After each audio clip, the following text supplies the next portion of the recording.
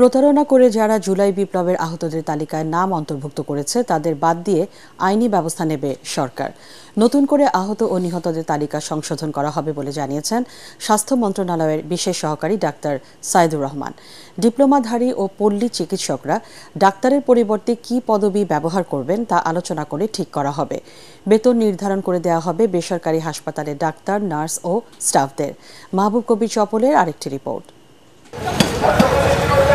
জুলাই বিপ্লবে আহত ও নিহতদের আত্মত্যাগের স্বীকৃতি হিসেবে আর্থিক সুবিধা দেওয়ার সিদ্ধান্ত নিয়েছে অন্তর্বর্তী সরকার। শহীদ পরিবার ৩০ লাখ টাকা, আহতরা ১ থেকে ৫ লাখ টাকা ও মাসিক ১০ থেকে ২০,০০০ টাকা ভাতা পাবেন। প্রথম ধাপে আহত ১৪০১ জনের তালিকা প্রকাশ করেছে সরকার। এতে অন্য জায়গায় আহত কারো কারো নাম অন্তর্ভুক্ত হয়েছে, ফলে সমালোচনার ঝড় ওঠে। স্বাস্থ্য মন্ত্রণালয় বলছে ভুয়া ব্যক্তিদের নাম বাদ দেওয়া হবে। কে কিভাবে আহত হয়েছে, তিনি কোন পক্ষে ছিলেন, এটি নির্ধারণ করা খুবই কঠিন ছিল।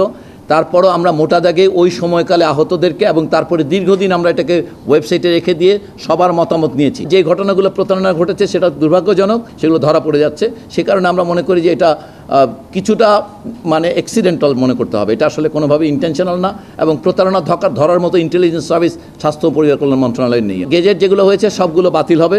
দু একটি আমাদের শহীদ নামের তালিকা সংশোধন হবে, আহতদের তালিকা অবশ্যই হবে। এই আইনি ব্যবস্থাটি এখন মুক্তিযুদ্ধ বিষয়ক মন্ত্রণালয়ের অধীনস্থ।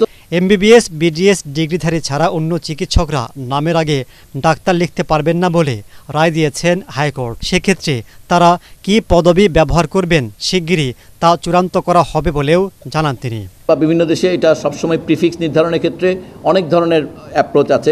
কোনো দেশে আসলে এমবিবিএস ছাড়া ডাক্তার লিখেন না, এরকম না, কিন্তু সেটা খুব কমন না আর কি, অধিকাংশ দেশে সেটা না।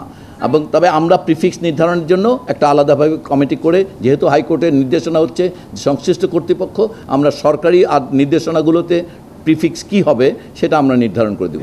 স্বাস্থ্য মন্ত্রণালয়ের এই বিশেষ সহকারী জানান, বেসরকারি হাসপাতালের ডাক্তার, নার্স ও স্টাফদের ন্যূনতম বেতন কাঠামো নির্ধারণ করে দেওয়া হবে। আমরা সর্বনিম্ন বেতন নির্ধারণের বিষয়টি বেসরকারিদের সঙ্গে আমরা আলাপ আলোচনা করব। ঢাকা মহানগরে বড় হাসপাতাল, মাঝারি হাসপাতাল, আবার জেলা এবং অন্যান্য। সো আমরা এটা সম্ভবত এটা নির্ধারণ করতে একটু সময় লাগবে, এই নেগোসিয়েশন প্রসেসটা লম্বা হবে। আমরা ডেফিনেটলি এর সঙ্গে যারা সাধারণত ওই ধরনের হাসপাতালে কাজ করে সেই সকল পক্ষগুলোকে অন্তর্ভুক্ত করে আমরা এই বিষয়গুলো নির্ধারণ করব। তবে আমরা এটা নিশ্চিত যে দেশের বিভিন্ন স্তর অন্তত 2 বা 3 ক্যাটাগরির সর্বনিম্ন বেতন কাঠামো আমরা নির্ধারণ করার চেষ্টা করব।